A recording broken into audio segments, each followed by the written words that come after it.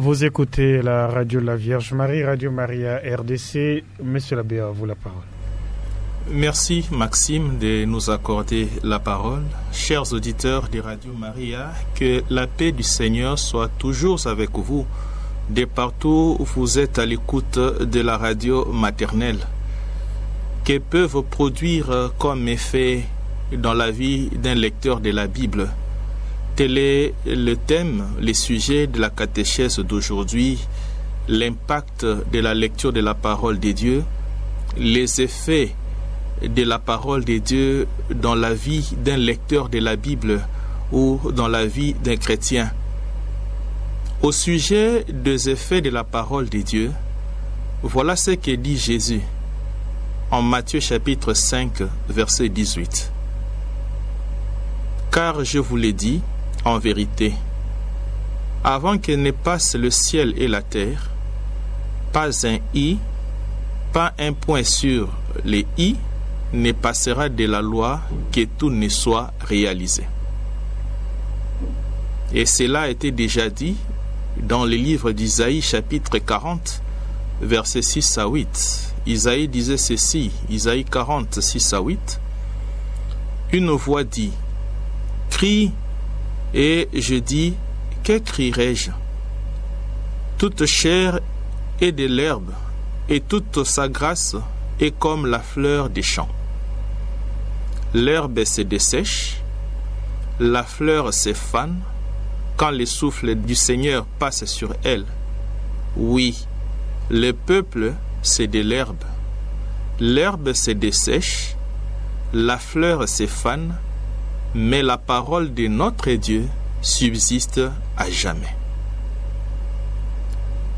De ces deux textes, on peut comprendre que la parole de Dieu ne change pas. Nous venions de terminer la lecture de 7 lettres adressées aux 7 églises d'Asie. En lisant toutes ces lettres, tous ces textes bibliques, qu'est-ce que cela peut avoir comme implication dans notre vie? Et ce texte-là que nous venons d'entendre, même si c'est écrit dans les livres de l'Apocalypse, ne change pas, parce que la parole de Dieu ne change pas. Mais la parole de Dieu change plutôt les cœurs de l'homme. Si nous lisons cette parole de Dieu, si nous la méditons, et si nous voulons l'appliquer dans notre vie, il y aura un changement dans l'être humain, il y aura un changement dans nos cœurs. Mais elle-même, la parole de Dieu, ne change pas.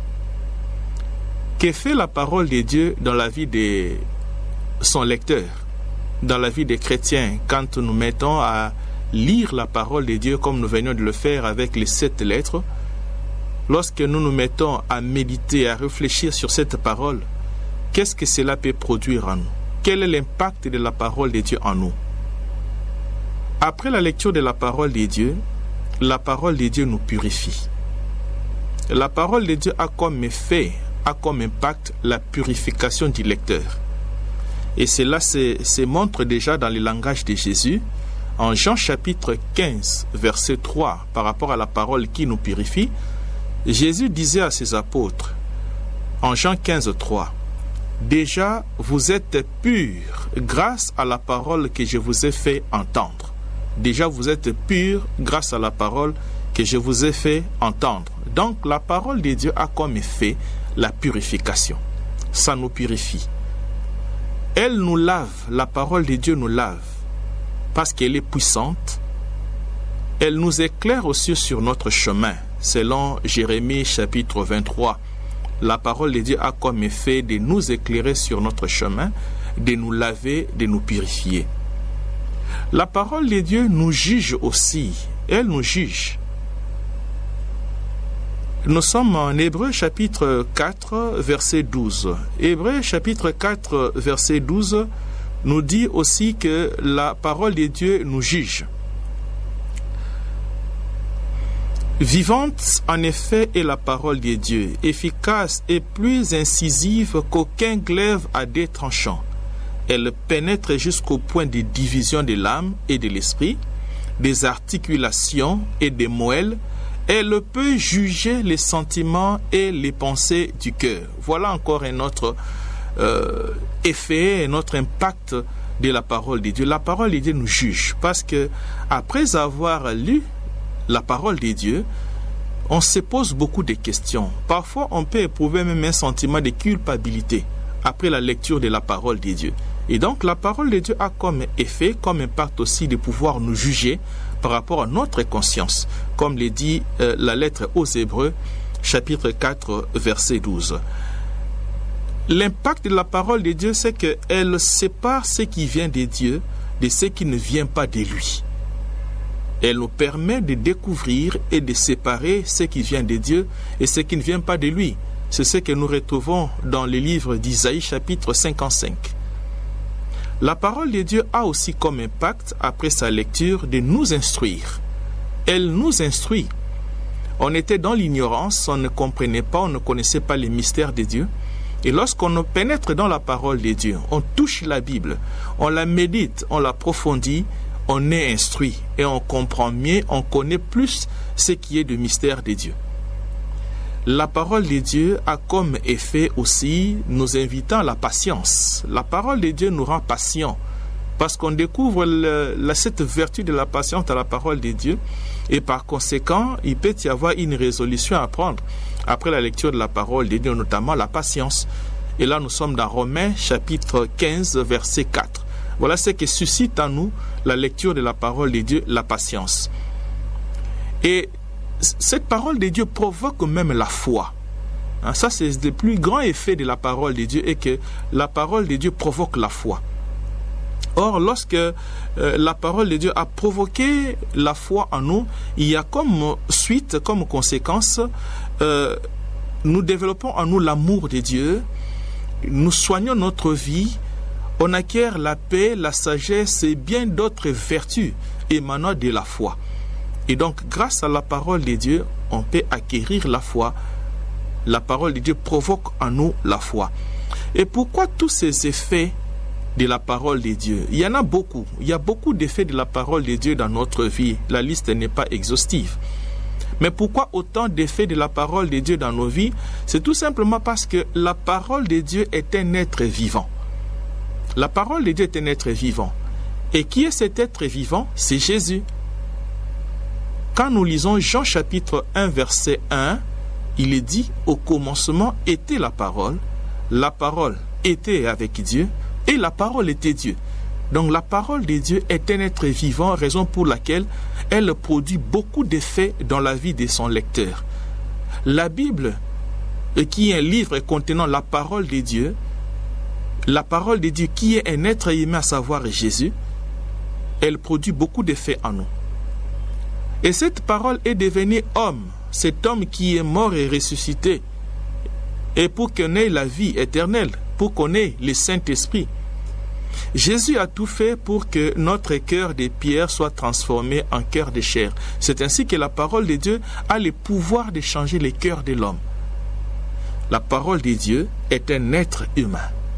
Et cet être humain, c'est Jésus. Au commencement était la parole était avec Dieu, la parole est Dieu. Et cette parole s'est incarnée. Elle a pris chair de la Vierge Marie qui est Jésus. Il est mort et ressuscité. Et cette parole, Jésus, dans sa prédication, a transformé le cœur de pierre en cœur de chair. Raison pour laquelle la parole de Dieu suscite beaucoup de changements dans notre vie. Alors, si nous voulons changer de vie, si nous voulons bien vivre, il faut que nous lisions la Bible. Il faut lire la Bible pour une éventuelle conversion, pour un éventuel changement de mentalité, de comportement dans la vie. Et la lecture de la parole de Dieu doit se faire avec les yeux de notre cœur. Ce n'est pas avec les yeux humains, mais les yeux de notre cœur, qui suppose quoi? Un discernement et une bonne interprétation. Car, dit Jésus dans Luc chapitre 6, verset 45, c'est de l'abondance du cœur que la bouche parle. L'abondance du cœur que la bouche parle, raison pour laquelle il faut lire la Bible avec les yeux du cœur pour que tout ce qui va sortir de notre bouche puisse provoquer la conversion, puisse provoquer les changements. Et en provoquant la conversion et les changements, on peut considérer cela comme effet et impact de la parole de Dieu. La parole de Dieu qui se trouve dans la Bible, il faut la comprendre aussi comme une nourriture spirituelle aux effets extraordinaires. Nourriture spirituelle aux effets extraordinaires dans notre vie et pourquoi pas dans la vie des autres. Lorsque on délecte la parole de Dieu, on la mange au quotidien et cela va provoquer en nous des effets extraordinaires. C'est ainsi que Jérémie disait dans Jérémie 15, 16, « J'ai recueilli tes paroles, je les ai dévorées. Tes paroles ont fait la joie et l'allégresse de mon cœur. » Donc, considérez la parole de Dieu comme une nourriture spirituelle extraordinaire.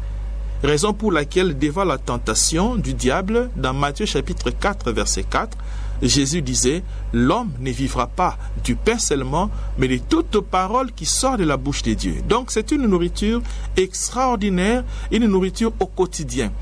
Et la nourriture au quotidien de la parole de Dieu provoque en nous des effets extraordinaires, de la purification, de la connaissance, de la foi, de l'instruction et bien d'autres effets de la parole de Dieu. Et Dieu a fait une promesse par rapport à la parole de Dieu que nous sommes appelés à écouter. La promesse est dans Isaïe chapitre 55, versets 10 à 11. C'est une promesse qui se réalise. Isaïe 55, 10 à 11, Dieu dit, « Comme la pluie et la neige descendent des cieux et ne retournent pas sans avoir arrosé, fécondé la terre et fait germer les plantes, sans avoir donné de la sémence au semeur et du pain à celui qui mange, ainsi en est-il de ma parole, qui sort de ma bouche. Elle ne retourne point à moi sans effet, sans avoir exécuté ma volonté et accompli mes desseins. » Voilà. Ça, c'est la conséquence ou l'implication, l'effet imminent de la parole de Dieu dans nos vies. La parole de Dieu, c'est comme la pluie, comme dit Isaïe 55, 10 à 11. Lorsque ça tombe, ça arrose la terre. Ça fait germer des semences. Et autant lorsque les lecteurs de la Bible méditent, approfondissent, analysent tout ce qui est écrit dans les textes bibliques, il y aura des effets, des impacts, notamment la purification, la conversion, l'instruction, la foi et bien d'autres fruits de l'esprit qu'on peut acquérir de la parole de Dieu. La parole de Dieu a comme avantage et effet dans notre vie, c'est qu'elle nous place sur les bons chemins à parcourir. Les bons chemins. Disait le psalmiste, psaume 119, versets 100 et 5. Psaume 119, versets 100 et 5 dit que « Ta parole est une lampe à mes pieds, est une lumière sur mon sentier. » Et donc, comme effet de la parole de Dieu, elle nous place sur les bons chemins. Parfois, nous pensons vivre une vie juste. Mais la seule façon de savoir où notre vie nous mène, c'est de connaître la parole de Dieu. On a parfois l'impression comme si on marche sur le droit chemin et pourtant on est à côté de la plaque. Et grâce à la parole de Dieu, on peut découvrir si on est sur les bons ou sur les mauvais chemins. La parole de Dieu suscite en nous de l'espoir. La parole de Dieu suscite en nous de l'espérance. Romains chapitre 15, verset 4 le dit. Dans la période de détresse, la lecture de la parole de Dieu est précieuse. Ça soulage. Et ça renouvelle des forces quand on est dans les détresses. Donc la parole de Dieu a comme effet de provoquer l'espérance. Lorsqu'on est dans la détresse, lorsqu'on est dans les tourments, les contacts avec la parole de Dieu, ça renouvelle l'espérance en nous. La parole de Dieu nourrit notre âme. La parole de Dieu nourrit notre âme. L'homme ne vivra pas seulement de pain, mais de toute parole qui sort de la bouche de Dieu. Notre âme doit être nourrie. Comme nous avons l'habitude de nourrir les corps avec du pain matériel, il faudra nourrir aussi l'âme, parce que le corps va mourir, le corps va disparaître, mais l'âme survivra. Et il faut nourrir cette âme-là avec la parole de Dieu. Et la parole de Dieu nous aide à découvrir les mystères de Dieu. Ça nous plonge dans les mystères de Dieu. Ce que nous ne connaissons pas de Dieu, on peut les découvrir aussi dans la lecture de la parole de Dieu. Et la parole de Dieu nous libère. Nous libère de nos carcans, nous libère de toute forme de prison. C'est ainsi que Jésus disait dans Jean chapitre 8, verset 31 à 32. « Si vous demeurez dans ma parole, vous êtes vraiment mes disciples. Vous connaîtrez la vérité et la vérité vous affranchira. » Donc la parole de Dieu libère parce qu'on découvre la vérité et on va se sentir libéré physiquement comme spirituellement. Et on terminerait à dire que la parole de Dieu est vraie. La parole de Dieu est immuable et véritable. Si les cultures changent, si les vies changent, les comportements changent, mais la parole de Dieu ne change pas. La parole de Dieu est immuable. La parole de Dieu est vraie. Il y a des personnes aujourd'hui, ils pourraient dire telle parole et après ils changent. Mais la parole de Dieu ne change pas. On croit dire la vérité aujourd'hui. Hier, on a dit une chose et aujourd'hui, on dit une autre chose. Donc, dans la vie de l'homme, il n'y a pas de vérité. Or, la parole de Dieu est vraie. La parole de Dieu dit la vérité et elle ne change pas. Voilà, en résumé, ce que nous pouvons connaître des impacts, des effets de la parole de Dieu. Donc, on peut dire, après la lecture de toutes ces lettres adressées aux 7 églises de l'Asie, la méditation approfondie doit susciter en nous des conversions, des effets. Il faut que chacun se retrouve dans la lecture de toutes ces lettres et prendre des résolutions concrètes. Sinon, si on ne fait rien, c'est qu'on n'a pas été en contact avec la parole de Dieu. Voilà ce qui doit provoquer en nous la lecture de la Bible, la lecture de la parole de Dieu. Je vous remercie.